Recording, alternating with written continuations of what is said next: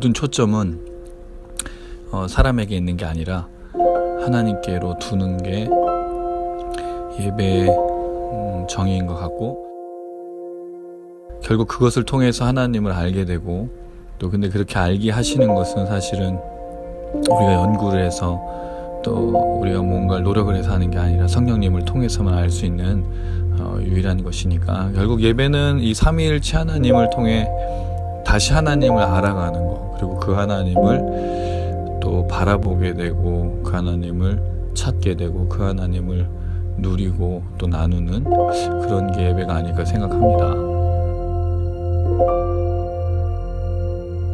만나서 반갑습니다. 반갑습니다. 휴일이지만 오늘도 함께 저희 모임을 멈추지 않고 같이 모이게 돼서 기쁘고요. 오늘은 특별히 한글날입니다. 우리 세종대왕께서 한글을 만들어 주셔서 그 의미가 그거잖아요. 모든 사람이 자기 언어로 글을 쓰고 평민이든 귀족이든 상관없이 동등함을 표현해준, 과연 그 시대에 이런 생각을 할 수 있었다라는 게 참 대단한 일인데, 저희가 그걸 잘 이어받아야 될 것 같습니다. 하나님 앞에서 우리는 동등하다는 걸 배워왔고, 또 그렇게 남자, 여자, 또 부모, 자녀, 어른, 아이들이 동일하다는 걸, 동등하다는 것을 늘 갖고 있는데요. 어떻게 보면 신앙에서 우리도 잘 모르게 누군가를 또 낮게 여길 때도 있고, 또 잘못된 생각들이 누군가를 또 잘못 높이고 있는 일들도 있는데, 그런 것들이 주님의 은혜 가운데 잘 회복이 되어져서 진정한 그리스도인으로 서로 사랑하며 격려하며 또 함께 나아가는 우리 모두가 됐으면 참 좋겠습니다. 그게 사실은 진정한 신앙의 모습이기도 하고요. 그렇게 또 주님 바라봐야 될 것 같습니다. 특별히 저희 첫 찬양, 지난주에 저희가 처음 불렀던 날만 드소서, 이 땅에 주님을 바라보지만 여전히 연약한 사람들이 있고, 또 주님을 모르고 또 연약한 사람들이 있고, 우리가 부르심 받은 이유는 예수가 우리를 위해서 죽으신 걸 깨닫고 믿고 구원 받았기 때문에 그 은혜를 또 우리가 잘 흘려보내는 것이 저에게 그 부르심인 줄로 믿습니다. 그래서 함께 이 찬양 부르실 때 우리 취토양을 통해, 이 모임을 통해 찬양하시고 함께 나누는 분들이 정말 치유되어질 수 있도록, 또 우리를 사용하시고 또 우리가 나아갈 수 있도록 같이 한번 또 믿음으로 고백하시겠습니다. 날 만드소서 겸손하게, 날 이끄소서 약한 나에게, 내 영혼 언제나 기도하네. 날 만드소서 주님 종으로, 날 만드소서 주여. 날 만드소서 겸손하게, 날 이끄소서 약한 나에게, 내 영혼 언제나 기도하네.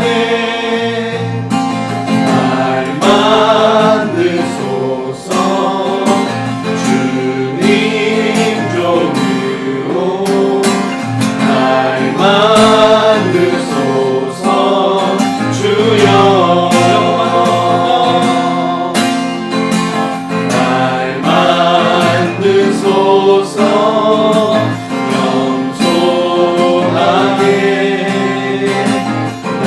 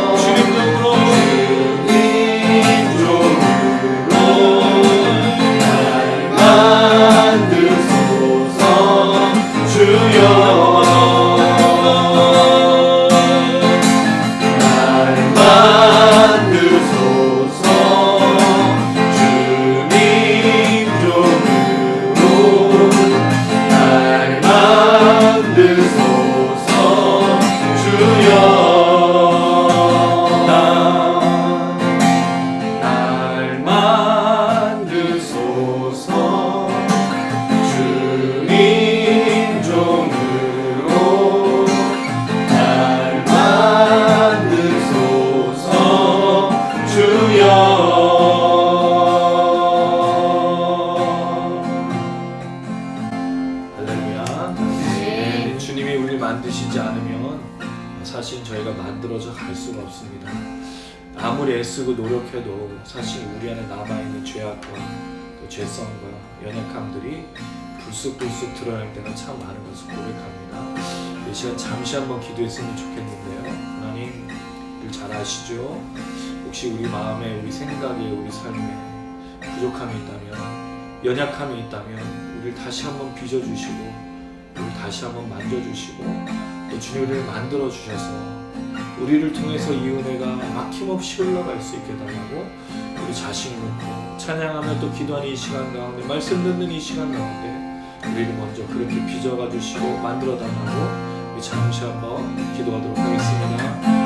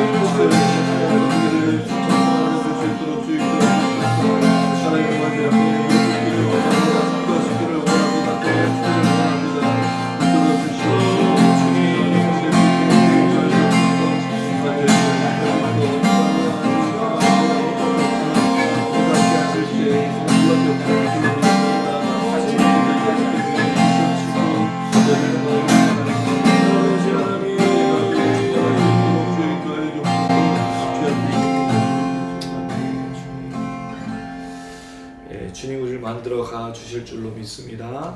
예, 그렇게 우리 부르신 주님을 또 우리 계속 찬양하고 싶습니다.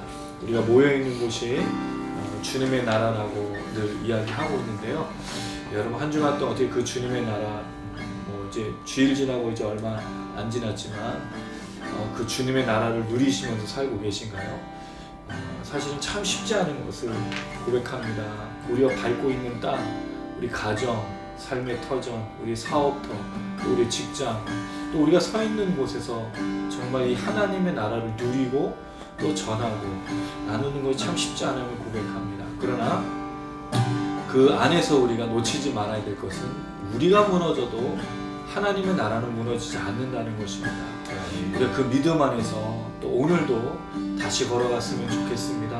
혹시 하나님의 나라를 위해서 지금까지 걸어가시면서 또 아픔도 있고 고민도 있고 걱정도 있고 염려도 있으실 텐데 그 안에서 무너지지 않는 이 하나님의 나라, 우리를 부르신 그 하나님을 기억하면서 끝까지 믿음으로 완수하시고 걸어가시는 우리 모든 분들 되시면서 같이 한번 믿음으로 고백하시겠습니다.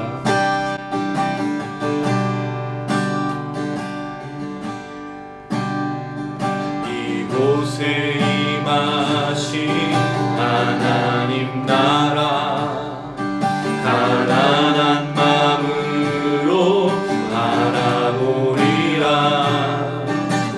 먼저 그 나라 그 뜻 구하며 나의 삶 드리리. 주님이 맡기신 하나님 나라, 믿음의 눈으로 바라보리라. 하늘의 뜻이 이 땅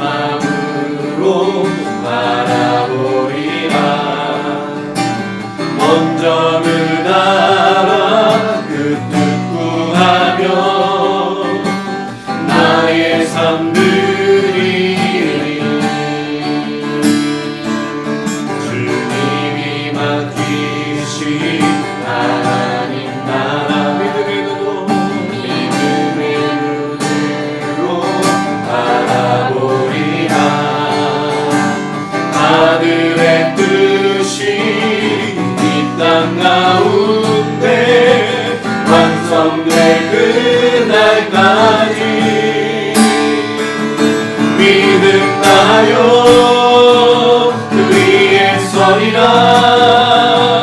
하나님의 나라는 무너지지 않으리. 믿음하여 그 나라 세워가리라. 주님 곧 오실 때까지.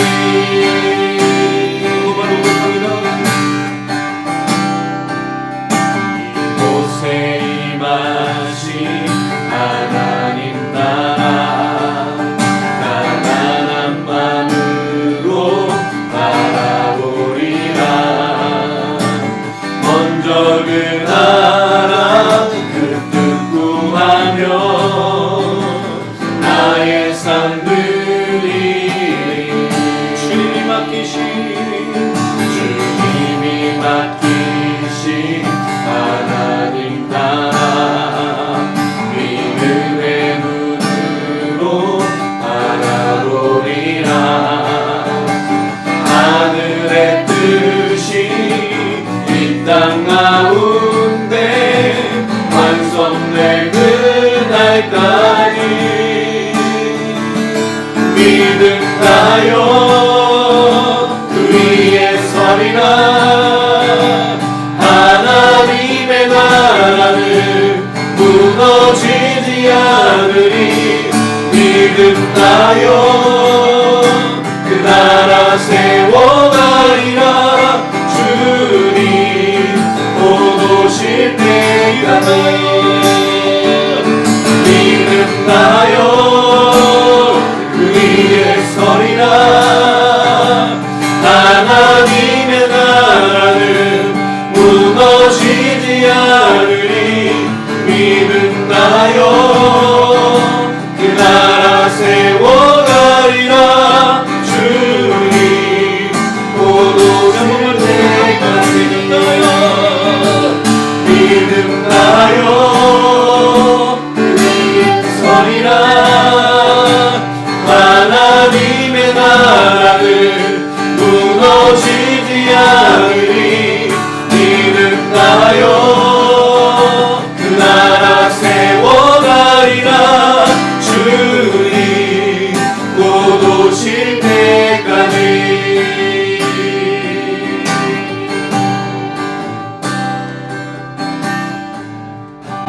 할렐루야.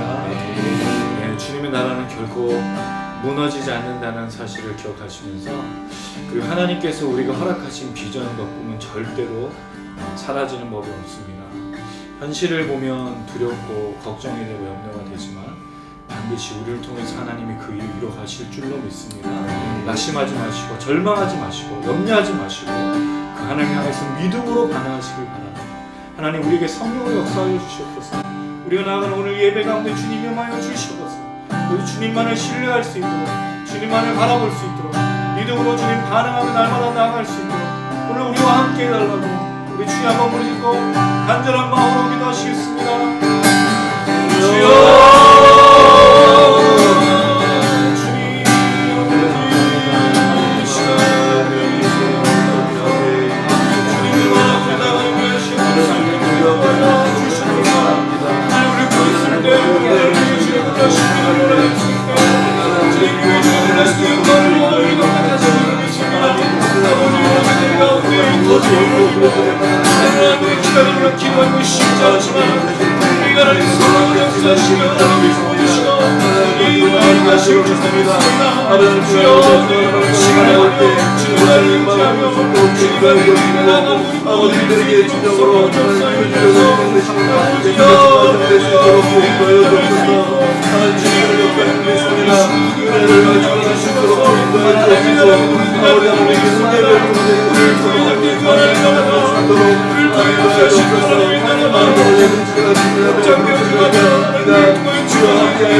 우리를 통하여서 충만할 수 있도록 주인도해 주옵소서. 우리를 통하여 그들의 연답을 이룰 수 있도록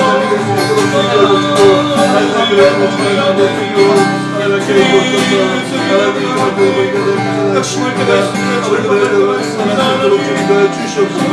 내가 그것을 모두 만나가 수 있도록 그럴 때마다 우리 우리 신간을 위하여 하나님을 신뢰하며 하나님 가운데 일어나는 나를 즐거운 일과 주시옵소서. 우리가 무너지지 않는 하나님의 나라가 무너지지 않는 때 우리가 살아갈 수 있도록 주인과 주시옵시고 아버지를 목사의 말씀을 통하여 직장으로 도와주시옵시고 아버지 남자를 도와서 나눔을 위해서 아버지 우리들을 구원할 수 있도록 주여 인도하여 주시옵소서. 주여 함께 신앙합니다. 은혜를 구원할 수 있도록 주인과 주시옵소서.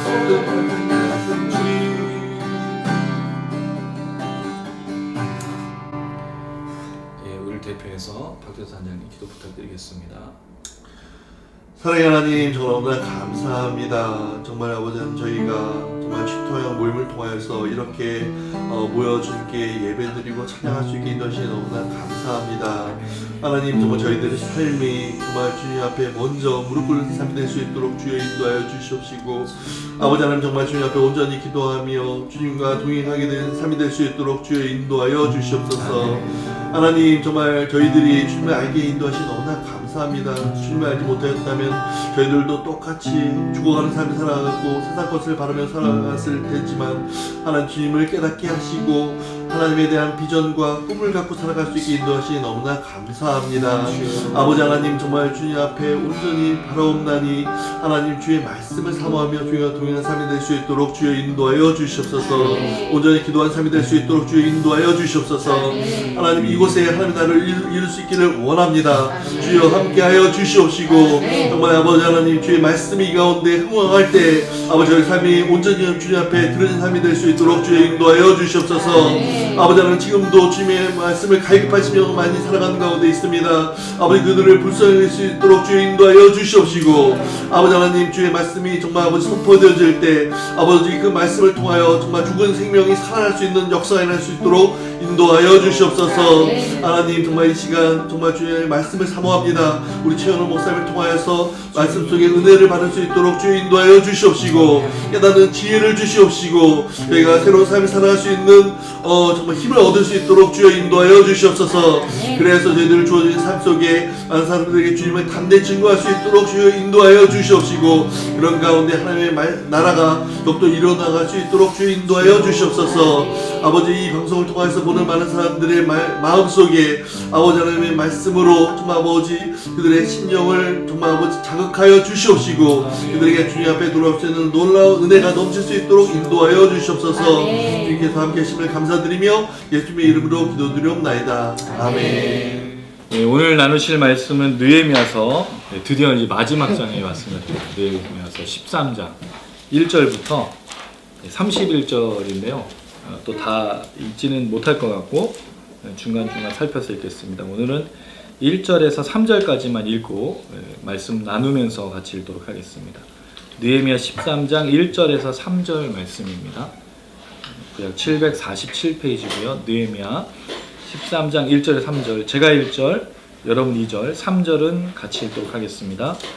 그날 모세의 책을 낭독하여 백성에게 들렸는데 그 책에 기록하기를 암몬 사람과 모압 사람은 영원히 하나님의 총회에 들어오지 못하리니 이는 그들이 양식과 물로 이스라엘 자손을 영접하지 아니하고 도리어 발람에게 뇌물을 주어 저주하게 하였습니다. 그러나 우리 하나님이 그 저주를 돌이켜 복이 되게 하셨다 하였는지라. 같이 읽습니다. 백성의 율법을 듣고 곧 섞인 무리를 이스라엘 가운데서 모두 분리하였느니라. 아멘. 드디어 느헤미야 13장 마지막을 저희가 나누게 됐습니다. 그동안에 저희가 5월부터 모임을 시작을 해서 지금 이제 10월로 접어들면서 거의 약 5달 정도를 시간을 보냈는데 그동안에 1장부터 13장까지 느헤미야의 긴 장을 이제 마무리하게 됐습니다. 와. 그동안 수고 많으셨습니다. 이대로 끝낼까요? 근데 이제 사실은 마지막인데 다음 주 한 주까지 더 하고 마무리를 하려고 합니다. 왜냐하면 오늘은 이제 느헤미야의 마지막 이야기가 이 개혁에 대한 이야기인데 요게 개혁의 끝이 아니고 사실은 정말로 우리가 다뤄야 될 아주 중요한 부분이 있습니다. 그거를 다음 주에 하는 걸로 제가 좀 이야기를 하겠습니다. 어쨌든 지금까지 들어주시고 나눠주셔서 너무 감사드리고 이 느헤미야 13장까지 이야기를 돌이켜보면 3차 포로기한으로 느헤미야가 사람들을 이끌고 와서 성벽을 재건하고 또 사방의 대적들과의 다툼, 또 싸움, 또 이런 영적 전쟁들, 그 내적인 분열과 또 이스라엘 백성들이 갖고 있었던 그런 죄악들, 그런 수많은 그 상황 속에서 성벽을 재건하고 이스라엘 공동체를 회복하는 게 이 두 개가 같이 나와서 13장까지 사실은 이르게 된 겁니다. 그러면 이제 어떻게 보면 13장을 이제 마무리하는 장으로 이걸 이제 기록하는 거를 에스라 느헤미야를 하나의 책으로 볼 때 에스라가 기록한 것으로 보면 느헤미야와 이제 그 같이 사역을 했기 때문에 느헤미야의 이야기를 지금 에스라가 그대로 적어서 이제 하는 거로 본다면 느헤미야의 이 개혁을 마무리하고 있을 때 뭔가를 좀 기대할 수 있다는 거죠. 이제 마지막의 개혁, 그리고 뭔가 이스라엘 백성들 안에 변화, 또 새로운 것, 또 기대, 그런 소망들이 나타나야 되는데 사실은 오늘 말씀은 어떻게 시작이 되고 있냐면요, 이렇게 시작이 되고 있어요. 1절 말씀을 같이 한번 읽어보겠습니다. 시작. 그날 모세의 책을 낭독하여 백성에게 들렸는데 그 책에 기록하기를 암몬 사람과 모압 사람은 영원히 하나님의 총회에 들어오지 못하리니. 그날이라는 말은 앞에 이제 그 이스라엘 백성들이 하나님 앞에서 또 그 바치기로 했던 것들을 이제 12장에 이제 바쳤던 내용이 나오고 나서 13장에 이제 개혁이 일어나는 그 부분에 그날 모세의 책을 낭독했다라고 하는데 이 모세의 책은 아마도 모세 오경인 그 율법 토라를 말하고 있는데 그 중에 이 모압과 암몬 사람에 대한 이 하나님의 백성으로 들어오지 못한다고 하는 말은 이제 신명기에 기록된 거거든요. 이 신명기 이야기를 읽다가 이 하나님의 말씀을 이제 발견한 거죠. 모압 사람과 암몬 사람은 이스라엘 백성들에게 들어올 수 없다. 이 모압과 암몬 사람이 누구냐면 롯의 이제 그 딸과 함께 소돔과 고모라에서 나와가지고 동굴석에 기거하다가 태어난 그 자녀들의 후손이 모압과 암몬이거든요. 그러니까 사실은 따지고 보면 이제 아브람의 그 조카 롯하고 이제 연결된 어떻게 보면 이스라엘 백성의 형제라고 말할 수 있는 그 사람들인데 이 사람들이 그 민수기에 보면은 모압과 암몬이 이제 어느 지역이냐면 요단강 동편 지역에서 모압이 있고 암몬 지역인데 이스라엘 백성들이 그 원래는 이제 가나안 땅을 출애굽해서 바로 들어갈 수 있었어요. 약 4일 길, 뭐 4일을 좀 더 걸릴 수도 있겠죠. 뭐 저도 정확하게는 이제 거리는 잘 모르겠는데, 근데 그 길을 정탐을 해서 그 땅에 이제 아낙 자손들이란 거대한 사람들이 그 용사들 또는 거인들이 살고 있어서 우리는 메뚜기 같아서 그 정탐꾼들이 갔다가 보고 못 가겠습니다 하는 바람에 요단 동편을 돌아서 바로 들어갈 다이렉트 길을 돌아서 40년을 방황하다가 가나안 땅으로 들어가게 되잖아요. 그때 만나는 지역이 에돔, 모압, 암몬인데 그 모압, 암몬으로 지나갈 때 하나님이 모압과 암몬은 너희 땅이 아니니까 지나만 가라. 그 땅에 필요한 물과 먹을 것이 있으면 돈을 주고 살아라 그랬을 때 이 모압과 암몬이 뭘 했냐면 절대로 못 들어오게 한 거예요. 이스라엘 백성들이 그걸 못 지나가는 애. 결국에는 싸워가지고 정복해버리게 되는데 그 땅을 통과하게 되는 거죠. 그래서 모압과 암몬 사람들은 들어오지 말라고 이 이스라엘 백성들 속에 들어올 수 없다라고 그 이야기를 하고 있는 겁니다. 그걸 발견하게 됐는데 여기에 이제 한 가지 중요한 사건이 뭐냐면 2절에 보니까 발람이라는 사람이 등장해요. 발람은 이제 모압 왕이었는데 이 발람이라는 왕이 발락, 이름이 비싸죠. 발락이라고 하는 주술사가 있었어요. 그 모압에 유명한 주술사였는데 그 사람한테 찾아가가지고 이스라엘 백성들이 저렇게 거대하게 와고 우리 땅으로 오니까 네가 저주를 좀 해라 너의 주술로. 그래서 이제 발락이 그렇게 하려 가는데 하나님께서 발락의 입을 통해서 저주가 나간 게 아니라 그 주술사를 통해서 그 거짓 선지자 이방인 그 마법사죠. 그 사람을 통해서 뭘 하게 하냐면 이스라엘 백성들을 축복하는. 입이 자꾸 막 꼬이더니 저주를 해야 되는데 하면서 축복을 자꾸 하고 있는 거예요. 그러니까 발람이 돈을 줬어. 내가 저주하라고 돈 줬는데 지금 뭐하냐 그랬더니 그럼 다시 자기 해보겠다 하는데 3번이나 축복을 해버린 거예요. 그게 뭐죠? 하나님의 뜻이었던 거예요. 그런 발람에 대한 이야기가 나와서 하나님이 저주를 돌이켜 복이 되게 하셨다라고 됐어요. 그러면 이 과거의 역사는 뭐예요? 하나님 모압과 암몬을 들어오지 못하게 하며 이스라엘 백성들은 가나안 땅으로 들어가는 그 놀라운 역사 속에는 여정했단 말이죠. 문제가 뭐냐면 이 모압과 암몬 사람들이 들어오지 못한다고 되어 있는데 3절의 결론이 뭐냐? 같이 한번 읽어보겠습니다. 3절입니다. 시작. 백성이 율법을 듣고 곧 섞인 무리를 이스라엘 가운데서 모두 분리하였느니라. 그 무슨 얘기가 된 거예요 지금? 모압 사람. 예, 모압과 암몬 사람이 섞여 살았다는 거예요. 1절에 뭐라고 얘기했죠? 분명히 하나님 명령하기로는 같이 살면 안 돼. 근데 지금 백성들 속에 살고 있는 거예요. 자, 여기까지 읽었으면 이게 역사적인 얘기잖아요. 자, 근데 문제가 있어. 이게 문제가 돼요. 이 13장 3절에 문제가 된다고요. 왜일까요? 이게 문제가 된다고요. 섞였어요. 아니, 그쵸. 이게 섞인 건 맞는데 이 말씀이 문제가 돼요. 왜 문제가 될까요? 이스라엘 백성들이 이렇게 이스라엘 백성들 외에 이방인하고 섞여 사는 거를 솎아내고 분리한 게 한 번이었나요? 지금? 그 전에 있었다고요. 9장과 10장에 있어요. 그럼 지금 뭐죠 이거? 완전하게 일어난 게 아닌 거예요. 그때 분명히 하나님 앞에서 이스라엘 백성들 외에는 다른 사람을 다 분리시키고 나눴다라고 되어 있어요. 10장에도 보면 그 개혁 속에 분리했다고 나와요. 근데 지금 다시 13장에 보니까 여전히 그들 속에 있다라는 거죠. 그 이스라엘 백성들 뭐 하는 거예요? 그동안 뭐를 했냐는 말이에요. 이 지독한 거예요, 이게. 하나님의 말씀을 순종하는 게 절대로 쉽지 않은 걸 발견해요. 이것과 유사한 사건이 13장 뒤에 부분에 있습니다. 23절에 보면 이렇게 되어 있어요. 23절 같이 읽겠습니다. 13장 23절입니다. 시작.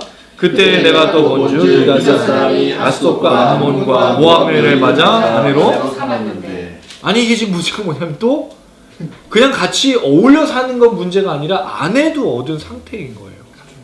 가족이 된 거예요. 아니 그럼 그때 9장에서 분명히 하나님 앞에 우리가 분리한다고 그랬고 10장에는 이름까지 써서 언약까지 임봉했잖아요. 근데 결론이 뭐예요? 바뀐 게 없는 거예요. 이스라엘 백성들은 뭐 하는 사람들이냐 이거죠. 더 큰 문제가 뭐냐면 여기에 이 사람들이 아스돗 방언을 해서 자녀가 이스라엘 말을 못하고 그 엄마의 이야기, 엄마의 방언, 엄마의 모국어를 쓰고 있다는 거예요. 무슨 말이죠? 말을 한다는 말은 그 사람의 정체성이라는 거잖아요. 최근에 이제 한국에도 보니까 이제 드디어 초등학교에 다문화만 그 한국 사람이 없는 학교가 생긴 거예요. 그럼 그 사람들은 사실은 정체성은 한국 사람은 아니잖아요. 그러니까 어떻게 보면 자기 언어를 잃어버렸다는 건 굉장히 중요한 거잖아요. 이스라엘 백성이 그런 상태가 됐어요. 이게 정말 너무너무 심각한 문제인 거예요. 그런데 그 느헤미야가 하는 걸 한번 보세요. 자, 25절 읽어보겠습니다. 시작. 내가 그들을 책망하고 저주하며 그들 중 몇 사람을 때리고 그들의 머리털을 뽑고 이르되 너희는 너희 딸들을 그들의 아들들에게 주지 말고 너희 아들들이나 너희를 위하여 그들의 딸을 데려오지 아니하겠다고 하나님을 가리켜 맹세하고. 뭐하죠? 책망했는데 때렸어요. 머리털까지 뽑아버렸어요. 머리털 한 가닥을 뽑아서 야! 그랬을까요? 격렬하게. 예, 격렬하게 머리털을 쥐어 뽑았겠죠. 이게 무슨 의미인지는 정확하게는 잘 모르겠어요. 그 고대 근동 아시아에서의 문화의 눈치는 잘 모르겠는데 책망하고 저주하고 때리고 머리털을 뽑았다는 건 이 화가 거룩한 분노가 극도에 달했다는 걸 느헤미야가 보여주고 있어요. 지금 이스라엘 백성들 상태가 심각한 거예요. 자, 그럼 여기서 한번 좀 유추해 볼 수 있는 게 뭐냐면 9장과 10장과 13장에 똑같은 얘기가 반복되는 지금 더 심각해진 상태잖아요. 이스라엘 백성들이 처음에 율법을 발견할 때마다 개혁을 했죠. 안 한 게 아니란 말이에요. 근데 여전히 해결하지 못한 채로 개혁이 이루어지고 있다는 거예요. 이게 뭐냐면 우리의 죄성을 반영해요.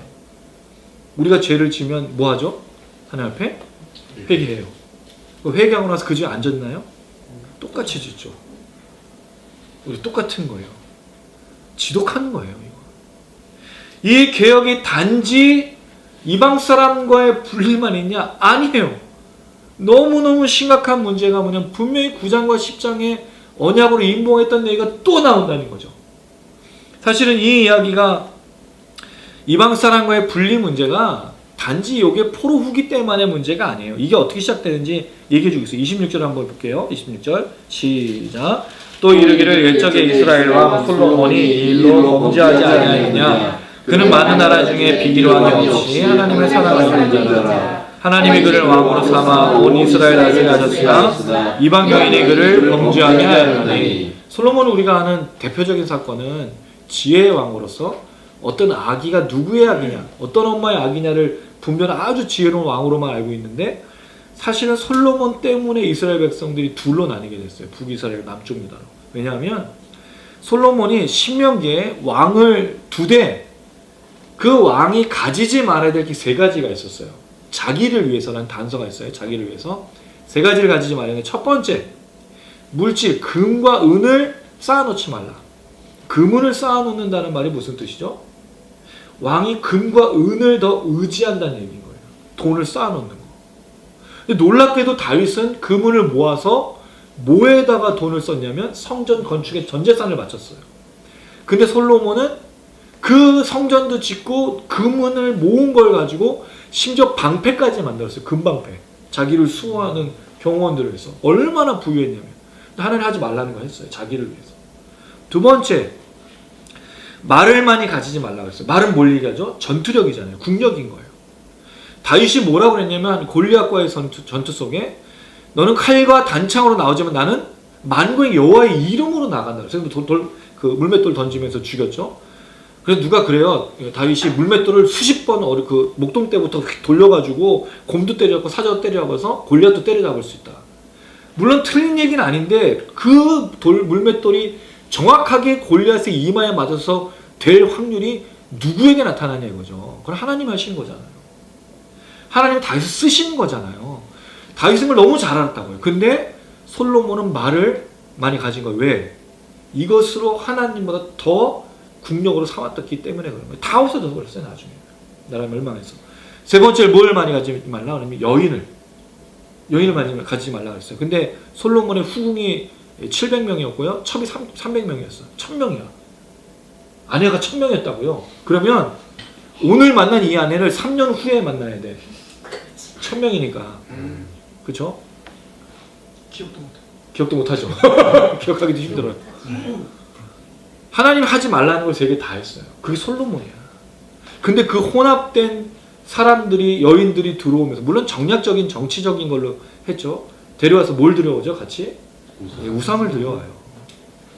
그렇게 해서 시작된 거예요. 이 민족의 혼합. 물론 이 이야기는 솔로몬 때만이 아니에요. 사사기 시대 때도 있었고 정복전쟁 때도 있었고 쫓아내지 못했던 사람. 왜냐하면 이 사람들이 다 누구냐면 신명기면 사실은 출애굽 세대잖아요. 출애굽이면 1400년대 그쯤이거든요. 지금 포로옥이니까 약 430년인 거예요. 그럼 1000년 동안 바뀌지 않은 거예요. 그 사람들이 섞여 살았다고요. 그럼 이 사람들을 뽑아내기가 쉬운 거냐? 쉽지 않다는 거예요. 1000년 동안 이어져 온 얘기예요, 이게. 그럼 우리가 이스라엘 백성들, 아우, 나쁜 사람들, 이 사람들은 말도 안 지키고, 근데 그렇게 말할 자격이 우리가 없어. 그죠? 이 사람들이 우리나? 너무 똑같잖아요. 이게 지금 첫 번째 개혁이었어요. 근데 개혁이지만 진짜 개혁이 안 되고 있다는 걸 보여줘요. 자, 두 번째 개혁이 뭐냐? 4절부터 좀 읽어보겠습니다. 4절부터 6절까지, 7절까지 읽죠. 4절부터 7절까지. 한 절씩 교독하면서 또 읽겠습니다. 4절에서 7절입니다. 이전에 우리 하나님의 전해방을 맡은 제사장 엘리야십이 도비아와 연락이 있었으므로 도비아를 위하여 한 큰 방을 만들었으니 그 방은 원래 소재물과 유향과 그릇과 또 레이 사람들과 노래하는 자들과 문지기들에게 11조로 주는 곡물과 새 포도주와 기름과 또 제사장들에게 주는 거제물을 주는 곳이라. 그때에는 내가 예루살렘에 있지 아니하였느니라. 바벨론 왕 아닥사스다 32년에 내가 왕에게 나갔다가 며칠 후에 왕에게 말미를 정하고 예루살렘에 이르러서야 엘리야십이 도비아를 위하여 하나님의 전뜰에 방을 만든 악한 일을 안지라. 자, 이 얘기가 뭐냐면 도비아라는 사람이었어요. 도비아가 누구죠? 성벽 건축할 때 산발락과 함께 등장하는 두 번째 사람이에요. 에돔 사람이었죠. 부관이라고 이제 말할 정도로 산발락과 결탁된 사람인데 이 도비아가 제사장인 엘리야십. 자, 이제 엘리야십이 이제 누구냐? 우리가 이제 엘리야십을 어디서 봤죠? 한번 보셨어요. 느헤미야 3장에 보면 성벽을 재건하고 중수할 때 제일 먼저 등장한 사람이 대제사장 엘리야십이었어요. 그 사람이 자기 집 앞을 중수하고, 근데 지금 이 엘리야십이 도비아하고 결탁을 하고 있네요. 그럼 이 엘리야십은 어떤 사람이죠? 나쁜 놈이에요. 근데 이 엘리야십이 같은 사람이냐 아니냐 보기가 참 쉽지가 않아요. 왜? 한 번 더 나와요. 28절. 자, 13장 28절입니다. 한번 읽을게요. 시작. 대제사장 엘리야십의 손자 요야다의 아들 하나가 호론 사람 산발랏의 사이가 더 있으므로 내가 쫓아내어 나를 떠나게 하였느니라. 자, 대제사장 또 여기 나오죠. 엘리야십. 이 사람 그 사람이에요. 손자 중에 하나가 누구랑 결탁했죠? 산발랏. 하여튼 참 신기한 이 유대 사람들, 이스라엘 사람들이에요. 성벽을 짓고 있는데 대적인 산발랏 그 대표적인 두 사람하고 유다귀족이 6장에 보면 결탁이 돼 있고 오늘 이 엘리야십도 결탁이 돼 있고 대제사장의 그 가문이 지금 이 산발랏과 결탁이 이게 지금 어떤 상황이냐 이거예요. 성벽을 어떻게 졌어 이거 진짜. 이렇게 지금 막 난리 부르스를 치고 있는데 여긴 대제사장으로 나오잖아요. 근데 앞에 13장에는 대제사장이 아니라 제사장으로 나오거든요. 그래서 이 13장 4절에 나오는 엘리야십은 대제사장 엘리야십이 아닌 엘리야십으로 보는 경우가 있어요. 같은 사람이 아니라. 근데 우리는 주로 이제 똑같은 이름이니까 이 나쁜 놈이 이제 근데 무조건 엘리야십은 나쁜 놈이다 그렇게 볼 수는 없고 그래서 이 엘리야십은 어떤 사람인가라는 좀 고민들이 있는데 어쨌든 이 엘리야십이 지금 도비아에게 뭘 만들었냐면 성전에 방을 만들었어요. 이 방이 무슨 방이냐면 이스라엘 백성들이 개혁할 때마다 나오는 세 가지가 있어요. 오늘 이제 그거를 정리할 건데 첫 번째가 뭐냐면 이방인과의 분리였어요. 아까 했던 거 반복되는 거예요. 자, 두 번째가 뭐냐면 성전과 관련된 세금과 나무와 그 모든 것들을 바치는 것. 그래서 제사장에게 그 11조를 주는 그 몫으로 모아놓은 방이 오늘 도비아에게 준 방이에요. 성전에 관련된 것과 관련됐어요. 이 개혁이. 근데 지금 도비아에게 뭘 준 거죠? 그 방을 줘버렸어. 분명히 9장과 10장에 성전에 관련된 거를 우리가 제사장에게 몫을 주고 이 얘기가 여러분 47절에도 나와요. 그 다음에 44절에도 있어요. 제사장에게 줄 몫을 11장 44절 또 47절인데 제사장에게 줄 몫 다 주겠다고 약속했는데 지금은 뭐예요? 주지 않고 있다라는 거예요. 분명히 하나님 앞에 명단 이름 걸고 맹세도 했어요. 언약도 했어요. 임봉도 했어요. 근데 여전히 이 문제 속에 있다는 거죠. 더 큰 문제는 뭐냐면 성벽을 방했던 도비아에게 그 방 줘서 제사장과 레위인에게 줘야 될 그 11조 모아둔 거를 도비아에게 줘버린 거예요. 자, 그럼 어떤 일이 발생할까요? 그 방에 걷어들인 모든 수익은 누구에게 줘야 되는데 제사장과 레위인에게 줘야 돼요. 못 주게 된 거예요. 자, 그래서 어떻게 됐는가? 10절 말씀이에요. 10절 읽어보겠습니다. 13장 10절 시작. 내가 또 알아본즉 레위 사람들이 받을 몫을 주지 아니하였으므로 그 직무를 행하는 레위 사람들과 노래하는 자들이 각각 자기와 같으로 도망하였기로. 그렇죠. 도비아에게 그걸 줘버렸으니까 제사장의 몫이 순순히 11조를 걷어서 얻는 건데 레위 사람들이 이 사람들이 먹고 살 게 없으니까 도망을 자기 밭이라는 말이 좀 애매해요. 레위 사람은 자기 밭이 없거든요. 이때 밭이 있었는지 잘 모르겠지만 그 밭으로 도망하게 된 거예요. 지금 분명히 두 번째 개혁이 뭐였냐면 성전에 대한 개혁이었거든요. 그래서 지금 뭐 하고 있죠? 개혁이 일어나지 않고 있는 거예요. 자, 근데 이때가 언제였느냐? 6절 말씀 보니까 느헤미야가 예루살렘에 없었던 때였어요. 아닥사스다 그 왕 32년이면 그 느헤미야가 언제 왔죠? 아닥사스다 왕 20년에 왔어요. 12년 후에 지금 그 아닥사스다 왕이 갔을 때 이 일이 난 거죠. 그러면 이게 이제 그런 얘기가 있어요. 두 가지 얘기인데 하나는 12년을 마치고 갔느냐 아니면 오자마자 가서 12년 후냐 그런 이제 얘기가 있는데 뭐 그건 그렇게 중요한 건 아닌데 어쨌든 지금 누가 없는 상태죠? 느헤미야가 없는 상태에 제사장과 이 10절 이후에 보면 또 유다의 귀족들을 얘기해요. 리더들이 하나님 앞에 범죄하는데 앞장서고 있는 거예요. 우리 이걸 어떻게 설명해야 될까요? 분명히 이스라엘 백성들이 말씀을 통해서 개혁을 시작하면 아까 말씀드렸던 이방인간의 분리, 두 번째 성전의 개혁이 있었어요. 근데 지금은요, 그대로 다시 돌아가는 원상복귀가 된 거예요. 누가 이에 앞장서고 있죠? 리더들이요. 여러분, 우리가 어떻게 설명해야 될까요, 이거를? 이 죄악이 얼마나 심각한지를 보여주고 있어요. 느헤미야가 와서 그 귀족들을 부르고 도비아가 들어갔던 그 방을 뒤집어 엎어버린 거예요. 이 성전의 방을 뒤집어 엎어본 걸 보니까 누가 좀 연상되죠? 예수님께서 성전에 기도하는 집이다. 아버지의 기도하는 집이 여기 강도의 소굴이냐. 이 느헤미야의 거룩한 분노가 느껴지고 있어요. 여러분, 만약에 우리가 주일 예배 시간에 누가 들어와가지고 당신들을 하나님 앞에서 기도하는 집으로 만들지 않고 채찍을 휘두르면서 다 나가라고 한다면 뭐라 그러실까요, 여러분은? 저 미친놈 저거. 너나 신앙생활 똑바로 하지. 근데 사실 우리가 진짜 예배를 드리고 있냐는 심각한 질문이 되잖아요. 누구도 채찍 휘두르지 않아요. 누구도 강도의 구려를 만들고 있는 예배를 그냥 그대로 보고 있지, 내버려 두고 있지, 안타까운 마음으로 기도하는 사람이 사실은 없는 거죠. 제가 어렸을 때만 해도 뭐가 참 교회에서 보기가 좋았냐면, 나이 많으신 권사님들이 새벽 기도, 그다음에 그분들은 거의 교회에서 사시니까 하루 종일 기도하시고, 수요 예배, 금요 기도, 기도의 자리를 안 채워지니까 교회에서 늘 기도 소리가 있었어요. 근데 사실은 지금은 기도 소리가 교회에서 잘 울려 퍼지지 않아요. 그리고 또 하나, 그 권사님들, 나이 많으신 집사님, 장로님들 하신 경우는 눈물로 기도하셨어요. 정말로.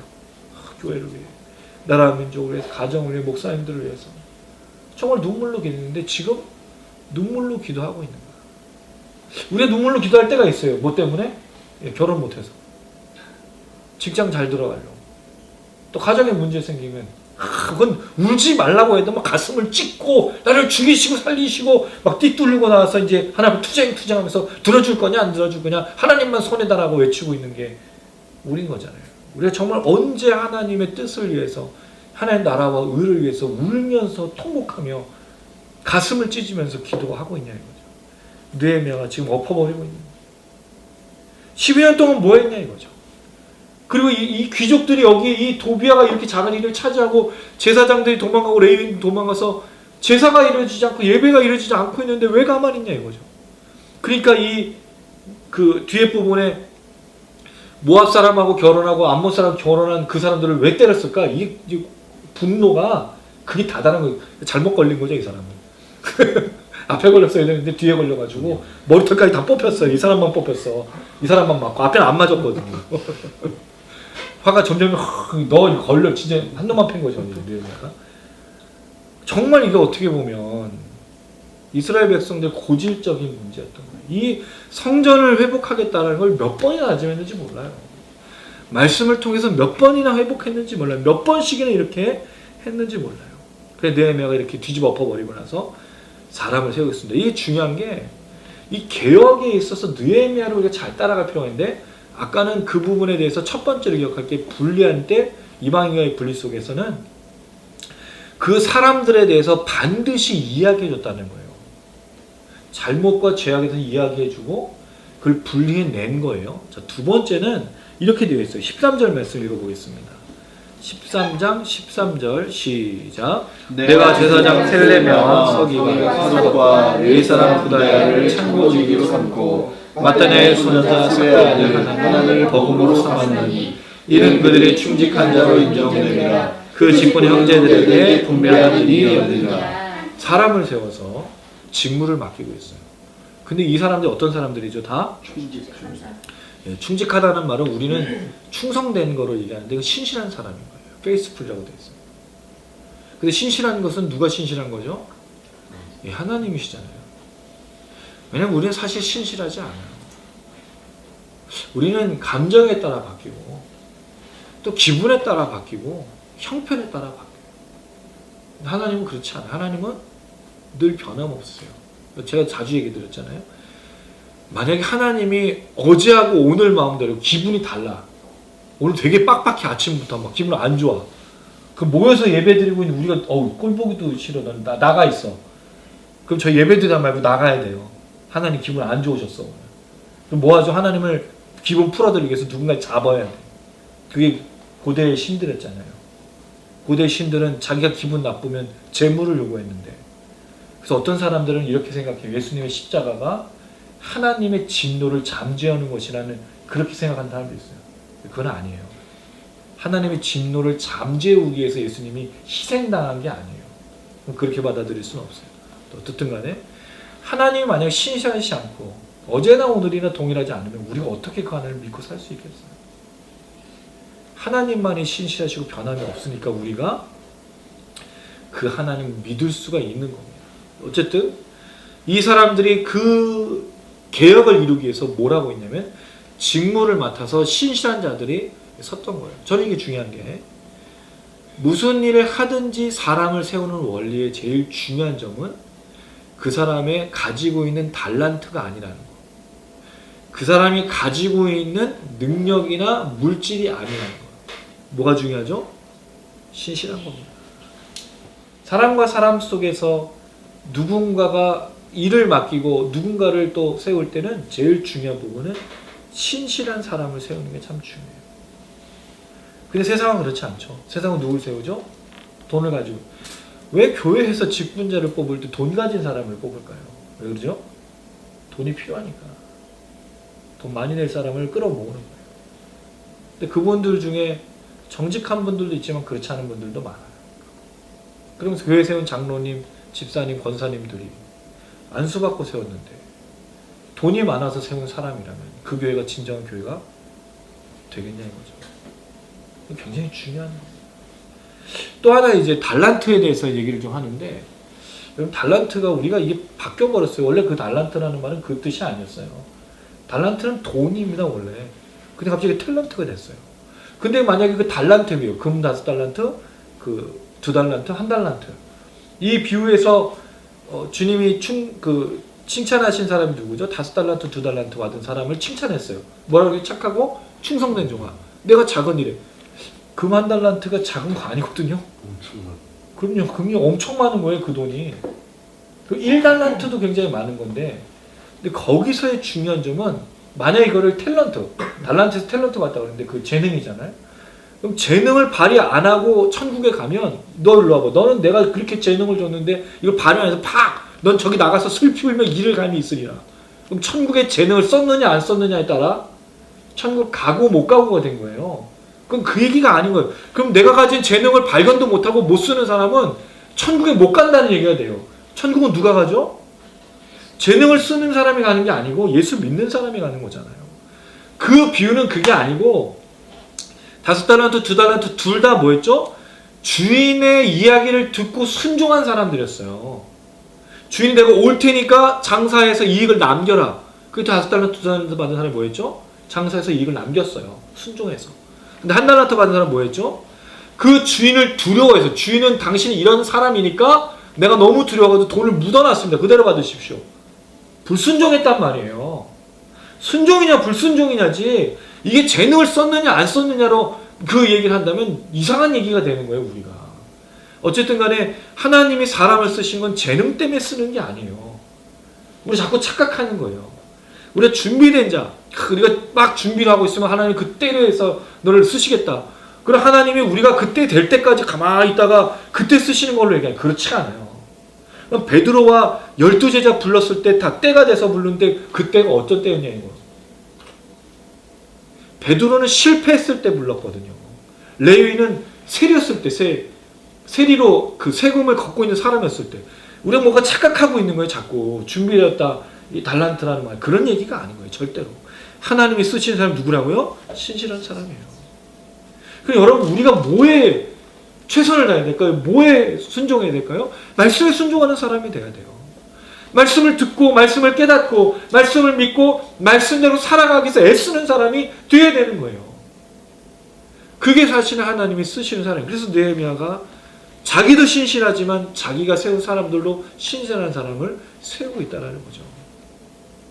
사랑하는 여러분, 이게 우리에게 좀 많이 남았으면 좋겠어요. 기억에 우리 그 신앙의 믿음에 좀 많이 남았으면 좋겠어요.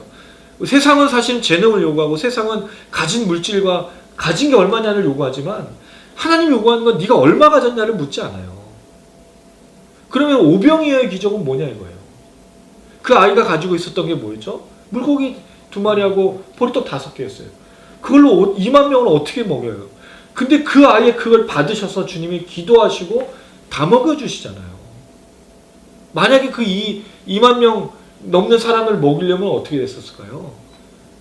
그럼 주님이 갖고 와가지고 돈을 풀어가지고 빌립이 얘기한 것처럼 그렇게 하면 돼요. 근데 그게 아니었잖아요. 그러니까 우리 거기에 목적을 두면 안 됩니다. 제일 중요한 건 신실한 사람이 되셔야 돼요. 하나님을 온전하게 믿고 순종하는 사람이 되셔야 돼요. 그럼 여러분들 되시기를 주님의 이름으로 축원합니다. 아멘. 두 번째 개혁이 그래서 뭐라고 그랬죠? 성전과 관련된 걸 이제 회복하는데 사람을 세워서. 자, 그럼 세 번째 개혁이 마지막 개혁입니다. 자, 15절부터 22절까지의 내용인데요. 15절만 먼저 한번 읽어보겠습니다. 15절입니다. 시작. 그때 내가 먼저 유다에서 안식일에 술투를 밟고 곡식단을 나귀에 실어 운반하며 포도주와 포도와 무화과 여러 가지 짐을 지고 안식일에 예루살렘에 들어가서 음식물을 팔기로 그날에 내가 경계하였고. 뭐가 또 지금 등장했죠? 안식일이 무너진 거예요. 이 얘기도 어디서 나왔죠? 앞에 나왔던 얘기예요. 말씀을 회복하면 안식일과 희년과 이걸 지키겠다 약속했어요. 근데 지금 안 지키고 있어요. 여기 이 사람을 보니까 술투를 밟고 곡식단을 나귀에 실어 운반했다는 말은 이게 제사용으로 갖고 온 게 아니고 먹고 마시기 위해서 파는 장사치였던 거예요. 안식일에 아무도 장사하면 안 됐잖아요. 근데 올라와서 이걸 했다는 거예요. 근데 죽이진 않았어요, 이 사람을. 경계한 거죠. 자, 그때 16절은 두로 사람이에요. 그건 이방인이에요. 왜 이 사람이 안식일에 이 장사를 하러 왔을까요? 누굴 보고? 이스라엘 사람들이 안 지키는데 이 사람들이 지킬 리가 뭐가 있겠어요, 안식일을. 사랑하는 여러분, 왜 이 나라와 이 민족 그리고 이 땅에 범죄가 가득할까요? 누가 죄를 짓고 있기 때문에? 그리스도인들이 죄를 짓고 있기 때문인 거예요. 야, 네가 죄 짓고 있는데 보니까 하나님이 가짜구나. 사람들이 볼 거 아니에요. 우리가 죄 짓는 걸 보고 나도 그럼 죄 져도 되겠네. 이 세상에서 제일 악한 사람이 누구냐 이거예요. 이 세상에서. 안타깝게도 악한 사람의 명단에 그리스도인들이 안 들어간 사람이 없어요. 목사는 이제 목사가 뭐 하는 사람인지 모르겠어요. 저는. 목사들이 거기에 다 거론되고 있으니까. 제일 안 좋고 지저분한 데는 다 껴 있으니까. 뭐 저 자신도 사실은 할 말이 없어요. 부족한 거 너무 잘 알고 있어요. 근데 여러분 이게 이스라엘 백성들의 모습이에요. 두로 사람이 갔다가 하죠. 자, 그리고 보니까 20절 말씀 또 나옵니다. 20절 같이 한번 읽습니다. 시작. 장사꾼들과 각양 물건 파는 자들이 한두 번 예루살렘 성 밖에서 잠고. 자, 이건 뭐냐면 이제 안식일 문을 닫아버렸어요. 안식일을 지키기 위해서. 그랬더니 뭐 장사꾼들이 성 밖에서 기다려요. 왜? 사람들이 나와서 살할 수 있도록. 성 문만 열리기만 기다리고 있는 거예요. 이게 무슨 안식일인 거예요. 그러니까 정말로 안식일이 지켜지지 않고 있었던 거예요. 앞에는 뭐라 그랬죠? 10장에 보니까 안식일 지키겠다 말씀 듣고 우리가 하겠습니다. 하나님 앞에 이름 다 쓰고 인복 딱 하고 할렐루야. 근데 결론은 뭐냐 이거예요. 여전히 안식일을 지키지 않고 있다라는 거예요. 근데 이게 왜 느헤미야의 눈에만 걸렸냐 이거죠. 이때 유다의 귀족들 리더들은 없었을까요? 대제사장하고 제사장은 없었을까요? 제사를 지키고 있고 예배를 지키고 있었던 수많은 리더들이 있었을 텐데 왜 이들 눈엔 이게 보이지 않았을까요? 여러분 이게 한 번에 된 게 아니잖아요. 지금까지 이어져 온 그 삶 속에서 느헤미야와 이스라엘 백성들이 에스라의 말씀을 듣고 에스라가 이야기했을 때 우리가 그렇게 하겠습니다라고 분명히 다 얘기했는데도 여전히 그 상태로 지속되고 있다는 거죠. 왜 이들 눈에는 보이지가 않았을까요? 이게 아주 무서운 거예요. 아무도 이게 불편하지 않았던 거예요. 아무도 이게 거슬리지 않은 거예요. 그게 죄고 그게 나쁜 거고 그게 범죄한 거고 그게 하나님 앞에 올바르지 않은 거라고 아무도 깨닫지 못하고 있었던 거예요. 그래서 사실은 우리가 신앙생활할 때 이런 게 비일비재합니다. 우리가 놓치고 있는 게 너무 많아요. 어떻게 보면 관습이 우리의 신앙을 지속하고 있는 것들이 있어요. 그게 하나님의 법이 분명히 아님에도 불구하고 교회에서 지속되고 있는 수많은 일들이 있어요. 왜 그들 눈에, 왜 우리 눈에 보이지 않느냐는 거죠. 왜 우리 아무도 이것이 걸리지 않느냐는 거죠. 물론 그런 사람들도 있을 수 있어요. 처음에는 걸렸어요. 처음엔 이게 분노가 됐어요. 근데 얘기하다 보니까 안 들어. 그럼 포기하게 되고 내버려 두게 되는 그런 일도 있을 수가 있죠. 근데 사실은 다시 움직이셔야 돼요. 우리 처음에 찬양 불렀잖아요. 하나님의 나라는 무너지지 않는 거예요. 하나님의 말씀을 들은 사람으로 하나님의 역사가 시작되는데 누군가가 멈춰서 입을 다물어 버리고 있으면 과연 하나님의 역사가 지속될 수가 있겠냐는 거예요. 그래서 여기서 우리가 중요하게 생각해야 할 게 뭐냐면 엘리야를 기억하는 겁니다. 엘리야가 850대 1의 싸움을 하고 아합과 이세벨이 분명히 그걸 보면 하나님이 진짜 하나님이고 무릎 꿇고 돌아올 줄 알았어요.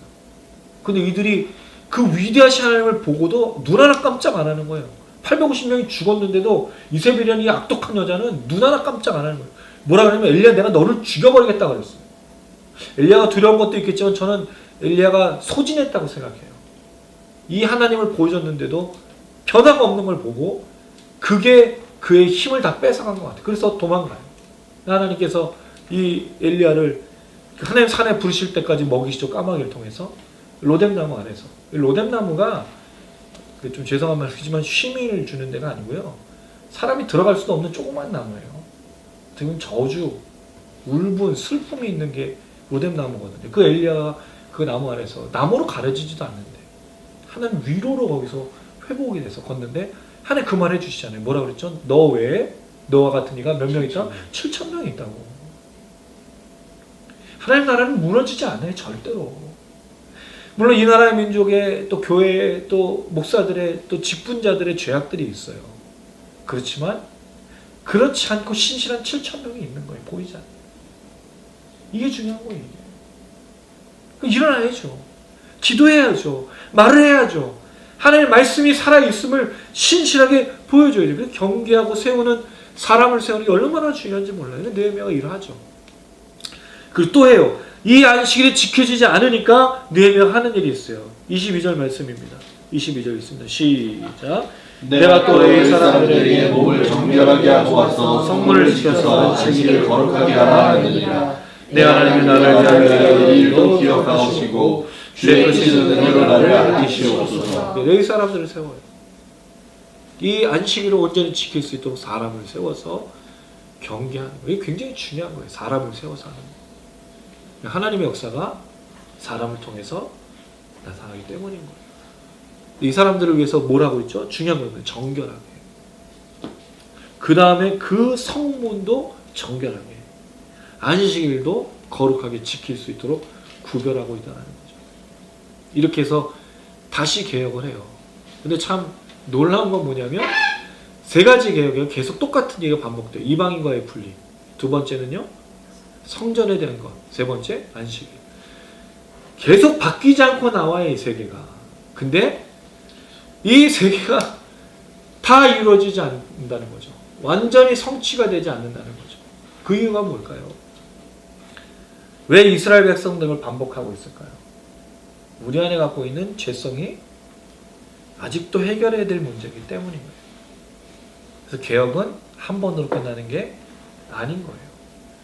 왜 느헤미야가 1장, 2장은 하나님의 뜻을 받고 그 수상궁에서 술 맡은 관원으로 있다가 성벽을 고치러 갔던 사람이 지금 하고 있는 일이 뭐죠?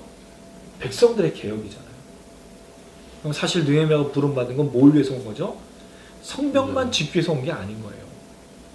사람을 회복하기 위해서 온 거란 말이에요. 이게 짝인 거예요. 1장, 2장과 13장이 짝인 거예요. 근데 성벽은 어떻게 보면 눈으로 볼 때 완성되어 온 것처럼 보여요. 성벽 50일 만에 지었으니까. 근데 아직 완성되지 못한 게 있죠? 사람인 거예요. 이건 끊임없이 반복되는 거예요. 자, 그럼 느헤미야 13장으로 역사가 끝나요. 사실은 이게 포로우기 역사가 여기서 끝입니다. 그 다음에 주님이 오실 때까지 약 400년 시간이 있어요. 마카비 왕조도 세고 로마가 통치하는. 그럼 그때까지 이스라엘 백성들이 온전하게 갔을까요? 아닙니다. 주님 오실 때까지. 주님 왔을 때도.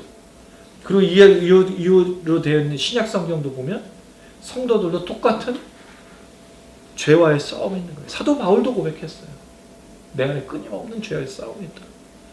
여러분, 이거는 개혁은요 한 번으로 끝나는 게 아니에요. 예수 믿고 그 첫사랑이 처음 누렸던 그 은혜가 지속될 거라고 자꾸 착각하는 거예요. 그렇지 않은 거예요. 이제 첫 발을 내디딘 거예요. 그럼 하나님의 백성으로 살기 위해서 뭐 해야 되죠? 애써야죠. 우리가 처음에 직장을 구했어요. 좋은 회사를 갔어. S 모 회사 또는 L 모 회사, H 모 회사를 갔어. 기분 얼마나 좋아요. 내가 그 회사에 대기업에 부르심을 갔어. 부르심 받아서 가면 그냥 출근만 해서 가만히 있으면 되나요? 뭐 해야 되죠? 일해야죠. 그 회사 사람으로 일을 해야 돈을 받는 거잖아요. 자기의 명예를 지키기 위해서 열심히 다 일해야 돼. 근데 일을 안 해. 그럼 사장이 뭐라 그러죠? 나가. 근데 왜 우리는 신앙생활하면 그냥 은혜 딱 받고 뜨긋? 그럼 주님 날 지켜주셔서 성령님 끝까지? 그거는 구원의 섭리와 주님이 우리를 견인에 대한 얘기지, 우리의 신앙의 유지를 그냥 지켜주신다는 약속은 없는 거예요. 이 야고보서 얘기하는 거잖아요. 너의 믿음은 반드시 행함으로 드러나게 되어 있다. 그 끊임없이 회개와 순종과 신실함으로 주님 오실 때까지 살아내야 되는 거예요. 이게 신앙인 거예요. 근데 여기서 멈춘 사람이 너무 많아요. 은혜 받고 멈춘 사람이. 그리고 자꾸 뭐만 받으려고 그러죠? 은혜만 받으려는 사람도 너무 많아요. 왜죠? 세상 사는 게 너무 각박해. 사실 그런 것 같아요. 진짜 세상 사는 게 너무 각박하잖아요. 집도 한번 얻으려면, 이제 뭐 서울에 살려면 아파트 값이 말도 안 되는 아파트예요. 우리 어떻게 살아 그 아파트를. 그 사람들이 로또 하듯이 이제 분양 받아가지고 하는 그런 게 돼버린 시대잖아요. 그 뭐 아파트 살려면 아파트 올라. 월급이 따라가지를 못해. 결혼을 해야 되는데 애를 낳고 살려면 부부가 열심히 일을 해야지 애 하나 낳고 살아요. 그러니까 점점 살면 살수록 더 힘들어져. 자, 근데 여기서 이제 질문이 있어요. 그럼 과거에는 힘들지 않았냐 이거죠. 우리가 6.25를 거치고 70년, 80년, 90년을 오면서 지금보다 안 각박했냐? 그때도 살기 쉽지 않았어요. 단지 그때는 이렇게 여유가 없진 않았어요. 가난해도 별로 큰 문제가 아니었거든요. 지금 가난하면 죽는 것 같아요.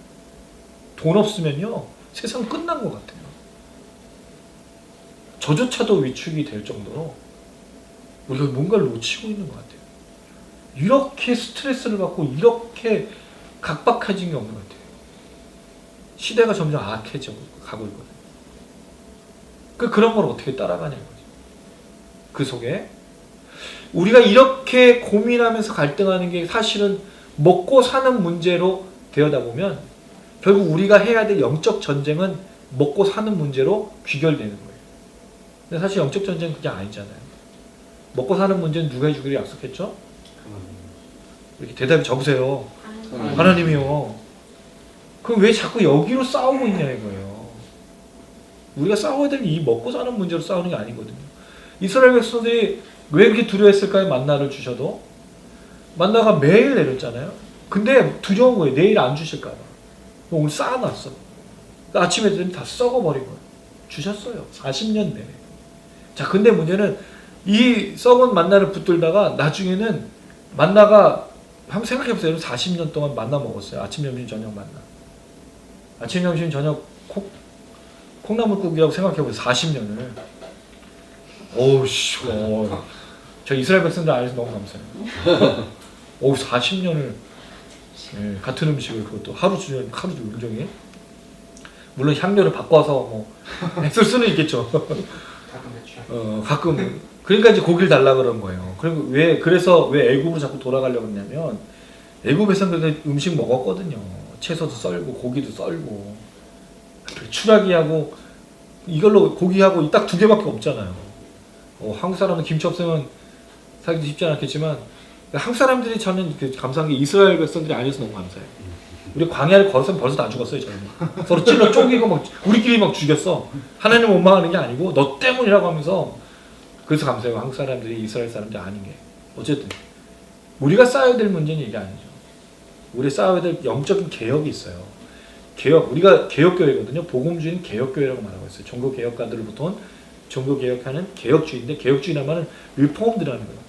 매일매일 변화되는 거예요. 왜? 우린 늘 죄로 돌아가기 때문이거든요. 그럼 우리가 가만히 있는 순간부터 죄가 시작이 되고 있어요. 멈춰져 있는 순간. 근데 멈춰서 자꾸 뭘 바라고 있는 거죠? 먹고 마시는 은혜를 누리는 데 초점이 있는 거예요. 싸워야 될 이 개혁하고 리폼도 되는 거는 상관없고 먹고 마시는 문제로 자꾸 가니까 이 죄가 쌓여서 나중에 죄인지도 모르게 된 거예요. 사실 지금 상황에. 돌아가야 돼요. 세 가지 개혁. 첫 번째, 이방인과의 분리. 근데 여러분, 우리 이방인과의 분리가 말씀드렸죠? 지금 살고 있는 외국 사람하고 싸워가지고 나가, 또는 누구의 믿지 않는 사람하고 교제하지 않고, 여기서 이제 중요한 부분이 있어요. 이 부분에서 에스라는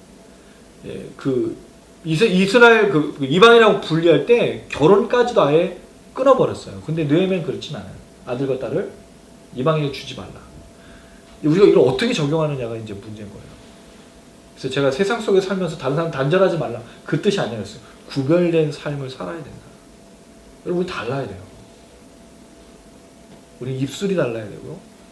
우리 생각과 목표와 목적과 정체성과 삶의 방식이 달라야 돼요. 그게 진짜 다른 거잖아요. 이게 구별 안 되는데 누가 그리스도인이냐, 누가 하나님의 백성이고 누가 그리스도인이 하나님을 따르는 사람인지 어떻게 알겠냐 이거예요. 이게 우리에게 사실 구별되죠. 물론 결혼에 대한 문제는 좀 고민해 보십시오. 이게 정말 고민해 보아야 될 문제예요. 자, 두 번째, 성전은 어떻게 회복해야 될까요? 성전 안에 드려진 예배가 있어요. 제사가 있어요. 근데 이 성전 안에 드려지는 제사가 또 뭐가 있죠? 우리에게 몸으로 드리는, 우리의 몸이 성전이니까 한 주간의 삶의 예배가 있어요. 모여드린 예배도 너무 중요해요. 이것도 회복이 돼야 돼. 모여드린 예배가 회복이 없고 은혜가 없는데 어떻게 한 주간을 살아요? 그리고 삶의 예배가 있어야 돼요. 각자 삶에서, 사실은 우리가 한 주간에 화요일에 한 번 모이잖아요. 어떻게 살았는지 모르고 기도 제목 나눌 때만 아는데, 한 주간에 좋은 남편을 사시라고 말씀드렸어요. 좋은 아들로, 좋은 오빠, 좋은 동생, 좋은 사위로 그렇게 살아야 돼요. 좋은 아내, 좋은 며느리, 좋은 엄마, 좋은 딸로. 너무 중요한 거예요. 먼저 가정에서, 두 번째는 회사에서, 사업터에서, 만나고 있는 사람들 속에, 각자 처해져 있는 상황에서, 또 우리가 이제 대중교통을 이용하든 자동차를 운전하든 그 도로에서, 거기서도 구별되게 성전으로서 몸으로서 드리는 삶의 예배를 어디서나, 그러니까 사실은 이방인과의 구별, 성전 다 다른 얘기가 아니라 똑같은 얘기인 거예요. 사실은 마지막에 안식일을 지키는 것 뭘까요? 주일의 예배만이 아니라 삶의 예배랑 똑같은 거잖아요. 안식일 지키는 것도. 그럼 이게 전체적으로 주일의 예배와 우리 삶의 예배가 같이 맥락으로 가는 세 가지 똑같은 거예요. 저에게는 어떻게 보면 그 전쟁과 그 개혁을 하고 있는 아닌 거죠. 이걸 점검하셔야 되는 거예요. 자, 이제 마지막입니다. 이 세 가지 개혁은 쉽지 않아요. 지금 우리 계속 살피는 거예요. 이스라엘 백성들이 잘못해서가 아니라 우리도 똑같기 때문에 그래요. 어쩔 수가 없어요. 끊임없이 경계하고. 자, 근데 이 개혁이 어떻게 시작되느냐가 되게 중요한 겁니다. 이게 중요한 거예요. 이 세 가지 개혁을 우리가 지금 살펴봤는데, 이 개혁이 어떻게 시작됐죠? 무엇으로부터? 1절에 모세의 책을 낭독하여. 9장과 10장에 보면 에스라가 율법을 낭독할 때, 백성들이 에스라에게 하나님의 말씀을 들려줄 때 말씀으로부터 시작하고 있어요. 개혁은 반드시 말씀을 시작합니다. 왜? 말씀의 기능이 뭐죠? 디모데후서 3장 16절, 모든 성경은 하나님의 감동으로 된 것으로 교훈과 책망과 바르게 함과 의로 교육하기에 유익하니. 성경의 역할이 뭐예요? 가르치고 바꾸고 개조시키고 변화시키는 게 성경의 역할이에요. 근데 우리가 이 성경을 잘못 알고 있어요. 성경으로 바뀌는 거지, 말씀으로 바뀌는 거지, 어떤 세미나를, 어떤 훈련을 통해서 바뀌는 거 아니에요. 절대로 안 바뀌어요. 제자 훈련이 사람을 바꾼다고요? 바꾸지 않아요. 왜 오카는 목사님이 지금까지 한국교회에 뿌려냈던 제자 훈련 안 바뀌었냐 이거예요. 우리가 알고 있는 그 대형교회가 정말 바뀌었냐고요. 우리는 그렇게 생각하지 않잖아요. 제자 훈련으로 제자가 되는 게 아니에요. 제자가 된 거예요. 원래 제자로 부름 받은 거잖아요. 예수님은 믿으면 제자로 살아내야죠. 이게 중요한 거라고요. 이게 제자로 살아내는 거. 뭘 통해? 말씀을 통해 점검하셔야 돼요. 느헤미야가 신실한 사람을 세우듯이 우리 삶에 신실한 말씀을 세우셔야 돼요. 그럼 이걸 또 어떻게 해줘? 그럼 말씀을 읽는 거로 가요. 또 성경 통독해야겠다. 일독 이독 이게 중요한 게 아니라고요. 그럼 묵상을 해야겠다. 아침에 뭐 30분. 그건 묵상이 아니라고요. 제가 말씀드렸죠. 묵상이 뭐라 그랬죠? 이 말씀이 정말 그런지 입으로 씻고 생각하고 고민하고 삶으로 순종해 내는 거예요.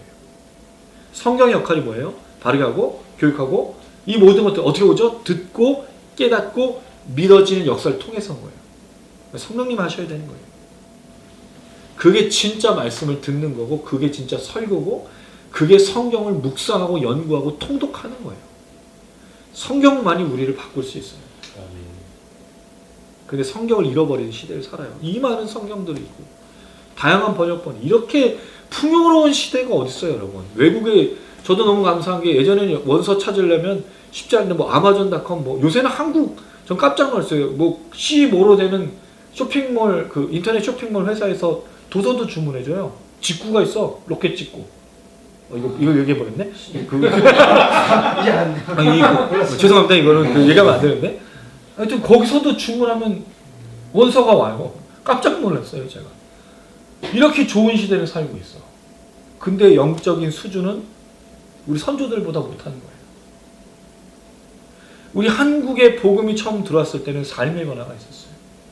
하나님의 말씀을 듣고 깨닫고 순종하는 삶이 있었어요. 근데 지금은요, 듣고 채우고 끝. 여기가 문제가 된 거예요. 바뀌어야 됩니다. 이 개혁은 반드시 하나님의 말씀으로. 개혁을 한 번으로 되는 게 아니고 꾸준한 시간과 완성할 수가 없어요. 근데 이제 걱정하지 말아야 될 게 있습니다. 이거 아주 중요한 부분인데 우리가 이렇게 생각해요. 영적 성장이라는 부분과 관련해서 단계별로 자꾸 올라간다고 생각해요. 영적인 수준이. 갓난아기 때부터 어린이. 그래서 이제 처음에 올라가죠. 그 죄를 지어요. 그럼 어떻게 되죠? 수준이 떨어져. 밑바닥, 맨 밑바닥이 다시 시작해요. 다시 또 단계 받고 올라가. 그게 영적 성장이 아니에요. 그 업그레이드 되는 게 아니에요. 이걸 꼭 기억하셔야 돼요. 원래 우리가 부르심 받는 게 밑바닥이 아닙니다. 왜? 우리가 뭐로 부름 받았죠? 하나님의 자녀. 그럼 어디 있어요? 위치가? 위에요. 그럼 죄를 지면 떨어지나요? 우리 죄 지면 하나님의 자녀가 아닌 건가요? 아니에요. 단절이 일어나요. 하나님의 자녀로 가다가 단절이 있어요. 왜? 죄를 졌으니까 자녀로 삶으로 하나님을 바라볼 수 없으니까 단절이 있어요. 그럼 그 단절 속에 뭘 하죠? 죄를 회개할 때 여전히 탕자를 기다려주는 그 아버지처럼 하나님은 기다리고 계신다고요. 그럼 다시 자녀로 또 가는 거예요. 죄 지면 또 단절돼요. 하나님 죄를 용납할 수가 없기 때문인 거예요. 이게 떨어졌다 올라갔다 떨어졌다 올라갔다 이게 아닌 거예요. 착각하지 마세요. 하나님 부르신 마흔 때부터 끝까지 이게 완성돼서 가는 거지. 이렇게 올라가는 게 아니에요. 이거 꼭 기억하세요, 여러분. 정말 착각하는 분들이 많더라고요. 처음에 예수를 믿을 때 나중에 그 신앙생활 오래 하면 단계로 올라가는 걸 생각해요. 근데 죄지면 확 떨어져 있고 그게 아닌 거예요. 우리는 원래 이건 거예요. 그 죄지면 단절이 있어요. 근데 하나님 죄를 용납할 수가 없으니까 회개하고 다시 아들로서 딸로서 살아야 돼야 돼. 근데 이 단절이 없는 때가 언제죠? 주님이 다시 오시면 단절이 없어요. 죄가 없는 세상에서 완벽함으로 주님과 함께 살 것이니까요. 여러분 오늘 사실 굉장히 중요한 얘기 들은 거예요. 이게 사실 100만 원짜리인데 100만 원이 뭐예요? 이게 한 1000만 원짜리도 몇 억짜리 되는 얘기를 했어요. 너무 중요한 거예요. 영적 성장이 올라가는 게 아니에요. 우리 원래 이 사람 부름 받아서 끊어져 있다면 여러분 회복하셔야 되는 거예요. 그리고 개혁을 이뤄내야 되는 거죠. 신부는 이렇지만 삶이 바닥인 사람이 있어요. 이거는 있을 수 있어요. 왜? 죄악된 모습이 바닥인 인생이기 때문에 그래요. 삶의 방식이 바닥이었어. 죄인이니까. 근데 신분으로 사는 법을 모르니까. 그래서 성경이 있는 거예요. 매뉴얼이 있잖아요. 왕자로 살고 딸로 사는 게 공주로 사는 게 뭔지 설명해 주는 거니까. 그래서 우리가 이 말씀이 있는 겁니다. 우리가 이걸 이해하고 이 말씀을 듣고 깨닫고 믿음으로 살아가면 분명히 하나님의 은혜 역사를 경험하게 될 줄로 믿습니다. 아마 달라지실 거예요, 여러분. 다음 주에 왔을 때 목사님 제가 달라졌어요. 뭐 보이지 않으십니까? 물론 안 보이겠죠. 겉으로 보이는 게 아니니까. 성경을 몇 장 읽었냐고 말하지 마세요. 그건 달라진 게 아닌 거니까. 우리 달라짐은 변화가 있어야 돼요. 말이 변화되고 생각이 변화되고 삶이 변화돼야 돼요. 그래야 사람들이 하나님을 진짜 하나님으로 믿게 될 겁니다. 간절히 바라기는 오늘 말씀을 들으시는 우리 모든 지체들, 또 시청하시는 모든 분들을 통해 이 역사가 나타나기를 주님의 이름으로 축원합니다. 아멘. 또 이 꽃들도라는 찬양을 오늘 좀 너무 부르고 싶었어요. 왜냐하면 제게 요새 좀 생각이, 하나님의 나라는 무너지지도 않고 우리를 부르셨다면 그 하나님이 우리를 통해서 반드시 이루실 것인데, 지금은 아마 이 길이 쉽지 않은 길이지만 언젠가는 우리가 이 날을 되돌아보면 웃을 날이 올 것이다. 하나님 반드시 우리를 통해서 이루실 날이 올 것이다. 좀 그런 좀 생각이 들어서 믿음으로 서리라 하고 이 꽃들도라는 이 찬양을 좀 부르고 싶었습니다. 그래서 우리가 몇 년 고생해야 되겠죠. 그렇지만 그때 분명히 우리 하나님께서 우리를 웃게 하시고 또 즐겁게 하실 그 날이 올 줄로 믿습니다. 아멘. 또 여러분들에게 허락하셨던 그 비전들도, 그 목적들도 반드시 이루실 것입니다. 우리 그 하나님을 기대하면서 또 오늘 말씀 붙들며 같이 한번 찬양했으면 좋겠습니다. 이곳에 생명샘 솟아나 눈물 골짝 지나갈 때에 머자나 열매 맺히고 웃음소리 넘쳐나리라. 꽃들도 구름도 바람도 넓은 바다도 찬양하라 찬양하라 예수를. 하늘을 울리며 노래해 나의 영혼아. 은혜의 주 은혜의 주 은혜의 주. 그날에 하늘이 열리고 모든 이가 보게 되리라. 할렐루야. 마침내 꽃들이 피고 영광의 주 나오시리라. 꽃들도 구름도 바람도 넓은 바다도 찬양하라 찬양하라 예수를. 하늘을 울리며 노래해 나의 영혼아. 은혜의 주 은혜의 주 은혜의 주. 한 번 더. 그날에 하늘이 열리고 모든 이가 보게 되리라.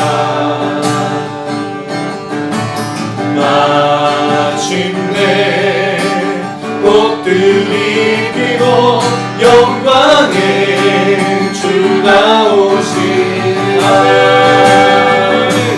꽃들도 구름도 바람도 넓은 바다도 찬양하라 찬양하라 예수를. 하늘을 울리며 노래해 나의 영혼아.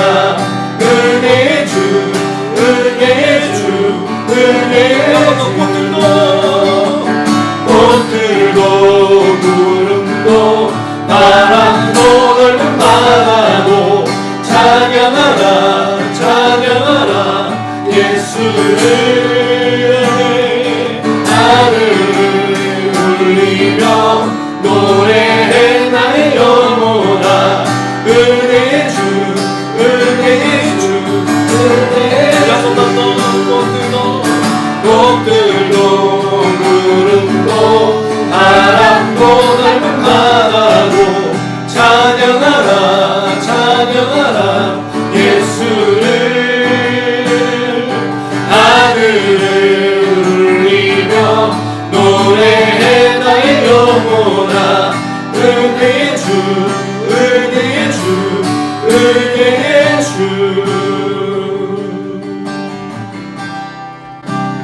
우리 주님께서 언젠가 다시 오실 것입니다. 아멘. 그리고 언젠가 우리를 통해서 영광을 받으실 것입니다. 이 모든 일들 감당할 때 때로는 잘 보이지 않고 낙심이 된다 할지라도 은혜를 주시는 그 주님을 의지했으면 좋겠고요. 우리에게 다시 한번 힘을 달라고 간절히 간구했으면 좋겠습니다. 하나님, 우리에게 지금 필요한 것이 있습니다. 뭐 먹고 마시는 문제와 일용할 양식에 대한 또 문제도 있지만 사실은 우리가 더 간절히 바라봐야 될 것은 이 하나님의 나라와 의를 이루는 개혁의 삶을 사는, 믿음으로 사는, 신앙으로 사는, 삶의 터전에서 예배를 드리는 이 모든 부분에 우리에게 힘이 필요합니다. 성령으로 역사하시고 오늘 이 시간 우리가 이 힘으로 말미암아 다시 한번 삶으로 개혁하며 변화되며 회복되어지는 우리 모두가 될 수 있도록 하나님, 오늘 이 시간 나를 찍어주시고 역사해달라고 우리 간절한 마음으로 주여 한번 부르고 우리도 하시겠습니다. 주여!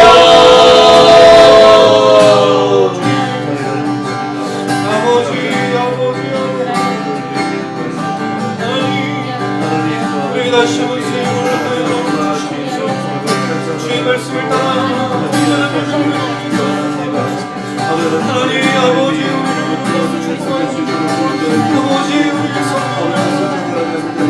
아버지 우리에게 아버지 이를 모두 시간을 하나님의 영광, 하나님의 감사 우리가 이루어지면서 우리에게 온전히 어렵게 도와주시면서 아버지 우리가 말씀을 삶의 터전에서 예배가 있습니다. 우리 앞에는 여러 가지 일들이 있습니다. 넘어지기도 하고 쓰러지기도 하고 죄를 누리기도 합니다. 하나님 다시 한번 이루시면서 아버지 그들을 가여 주시면서 삶의 예배를 누릴 수 있도록 도와주시면서 멈추지 않게 해주시고 넘어지지 않게 해주시고 쓰러지지 않게 해주시고 하나님 은혜를 어르게 도와주셔서 구별된 삶과 온전한 삶의 예배로 우리의 생각과 우리의 마음과 우리의 입술과 우리의 행동과 우리의 삶의 영을 변화되길 원합니다. 날마다 새로워지길 원합니다.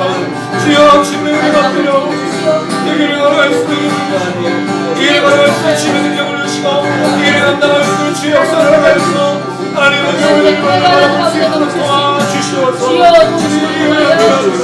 주님의 길을 무엇이 필요합니다.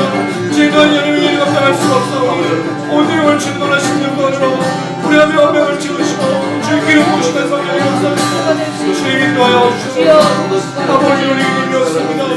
우리들 죄악 가운데 빠져서 하나님 알아보지 못할 때가 너무나 많습니다. 주여, 우리를 불쌍히 주시고 우리를 위해서 하나님의 우리를 올라갈 수 있도록 도와주시고 하나님 붙들어 주시옵소서.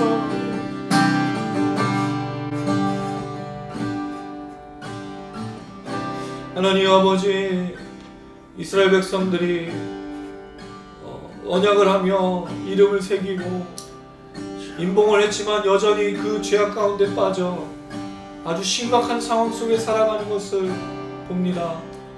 지도자의 눈들이, 성도들의 눈들이 죄악을 죄악으로 인식하지 못하는 그런 모습들을 보게 됩니다.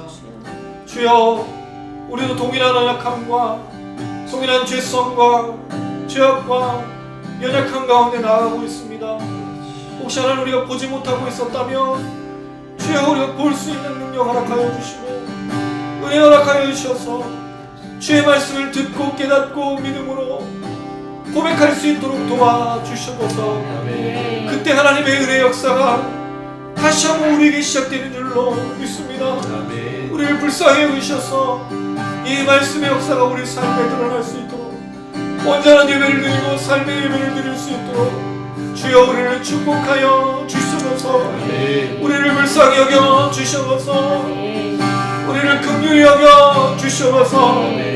그래 하나님 아버지, 그 은혜로 말미암아 이 영적인 싸움을 이겨내며 걸어갈 수 있도록 힘을 허락하여 주시옵소서. 포기하지 않게 하여 주시고 낙심하지 않게 하시고 절망하지 않게 하여 주시고 먹고 사는 문제와 여러 가지 우리의 눈을, 우리의 마음을 빼앗는 그 모든 부분에서 돌아와 이 영적인 싸움을 싸우고 날마다 새로워지며 개혁되며 회복되며 변화되는 우리 모두가 될 수 있도록 하나님 축복하여 주시옵소서. 그 주님을 기대합니다. 하나님, 우리는 완전하지 않기 때문에 주님을 기대하오니 이 시간 우리와 함께 하시고 우리의 고백을 받아주시고 우리의 기도를 들어 응답하여 주시옵소서. 아멘. 할렐루야. 아멘. 예, 우리 기도를 들으시고 응답하시는 완전하신 주님을 기억하며 우리는 부족하지만 주는 완전하신 것을 기억하며 함께 고백하시겠습니다. 주여 우린 연약합니다. 우린 오늘을 힘겨워합니다. 주 뜻 이루며 살기에 부족합니다. 우린 연약합니다. 주여 우리 넘어집니다. 주여 우린 넘어집니다. 오늘 하루 또 실수합니다. 주의 긍휼을 구하는 죄인입니다.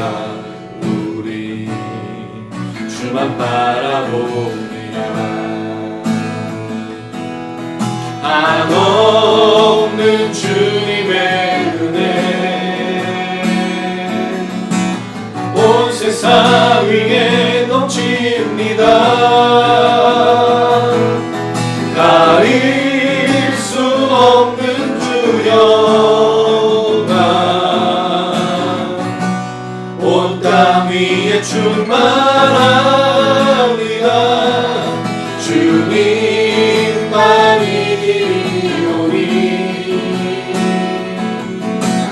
우린 그 길 따라갑니다.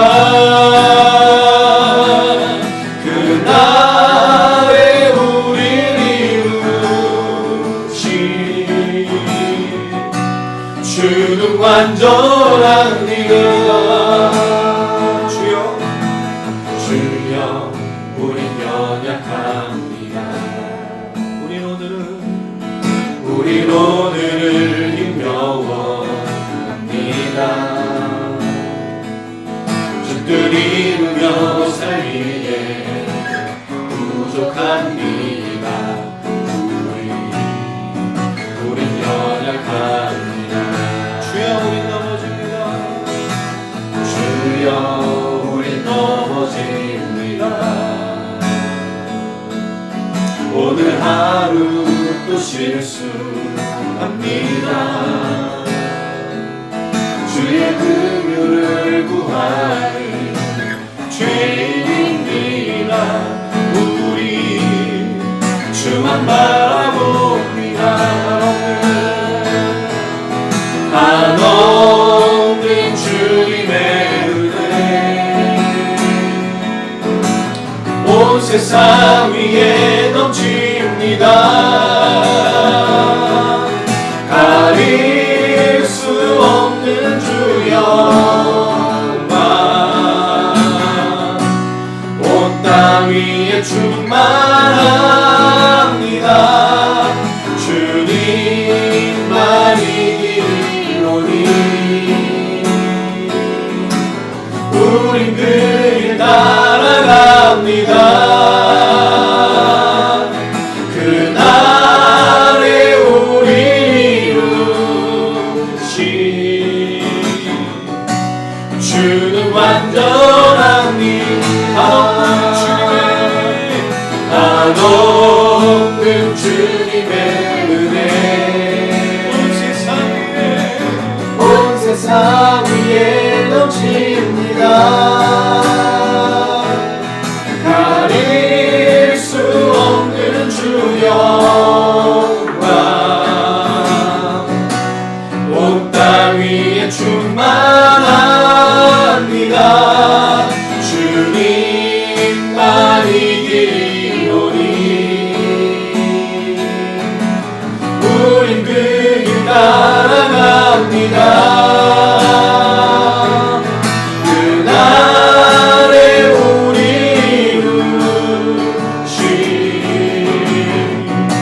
주는 완전합니다. 한없는 주님의 은혜 온 세상 위에 넘칩니다. 가릴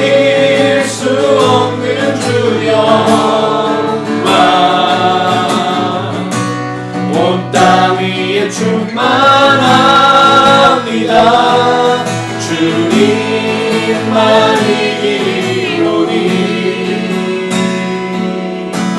우리 그님 따라갑니다. 그날에 우리 이루시 주는 완전합니다. 그날에 우리 이루시 주는 완전합니다. 그날에 우리 이루시 주는 완전합니다. 우리 주님 완전하다는 사실을 잊지 마시고 믿음으로 잘 걸어갔으면 좋겠습니다. 우리 마지막으로 기도하실 때 우리 주태양 미니스트리 또 화요 기도 모임 위해서 기도해 주시고 또 시청하시는 분들을 위해 기도합니다. 아마 많은 분들이 삶의 고민과 또 여러 가지 일들로 정말 포기하고 싶고 절망하고 낙심하리라 생각합니다. 우리가 보이지 않는 일들로 인하여서 또 여러 가지 상황과 환경으로 인하여서 사실은 포기하고 싶을 때가 많습니다. 근데 기억해야 될 것은 우리가 부족한 것이지 하나님이 부족하지 않다는 사실, 하나님은 완전하다는 사실을 기억하며 이 방송을 보시고 또 함께 나누는 찬양과 말씀과 기도를 통해 회복 역사 나타날 수 있도록, 치유 역사 나타날 수 있도록, 기대하고 소망의 역사 나타날 수 있도록 하나님의 주태형을 사용하시고 주님께서 역사하셔서 이를 이뤄가실 수 있도록 모든 분들을 위해 우리의 사역을 위해서 하나님의 완전하심이 드러나며 그 주님 놀라신 역사하심이 나타날 수 있도록 우리 주여 한 마음으로 짓고 간절한 마음으로 기도하시겠습니다. 주여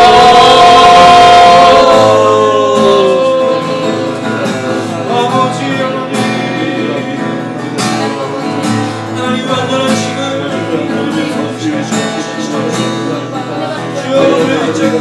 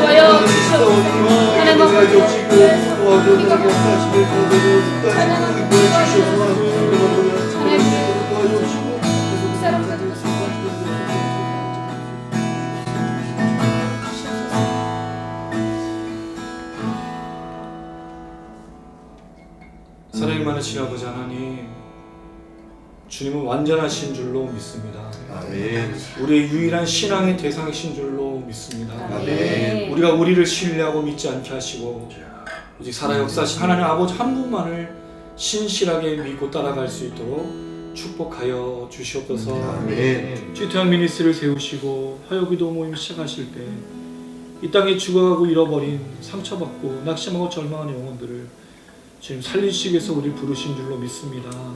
우리를 만들어주신 그 역사가 함께 나눈 이 말씀과 찬양과 기도 가운데 흘러갈 수 있도록 축복하여 주시옵소서. 아멘. 그래서 많은 분들이 시청하시며 함께 말씀을 나누고 기도하는 가운데 하나님의 치유의 손길을 경험하게 도와주시옵소서. 아멘. 무너진 땅과 나라와 민족과 가정과 교회를 보며 낙심하고 절망하는 것이 아니라 다시 한번 이겨내고 승리하며 하나님 역사를 이뤄갈 수 있도록 우리를 사용하시고 모든 분들을 사용하시고 축복하여 주시옵소서. 아멘. 그때 시작하신 하나님의 역사가 반드시 응답으로 드러나며 역사로 나타나게 될 줄로 믿습니다. 아멘. 그때까지 끝까지 감당할 수 있도록 하나님 도와주시옵소서. 아멘. 또 이 일에 필요한 여러 가지 물질, 시간, 건강, 또 사람들이 필요합니다.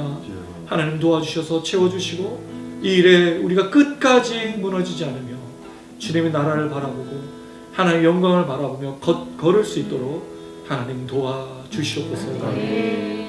이제 모임을 파하고 각자의 삶으로 돌아갈 때 다시 시작하는 하나님과의 그 일 속에 새로운 삶으로 변화된 삶으로 누군가에게 또 다시 한번 그 은혜를 전하는 우리의 삶이 될 수 있도록 하나님 우리를 사용하시고 축복하여 주시옵소서. 아멘. 감사드리며 예수님의 이름으로 기도드렸습니다. 아멘.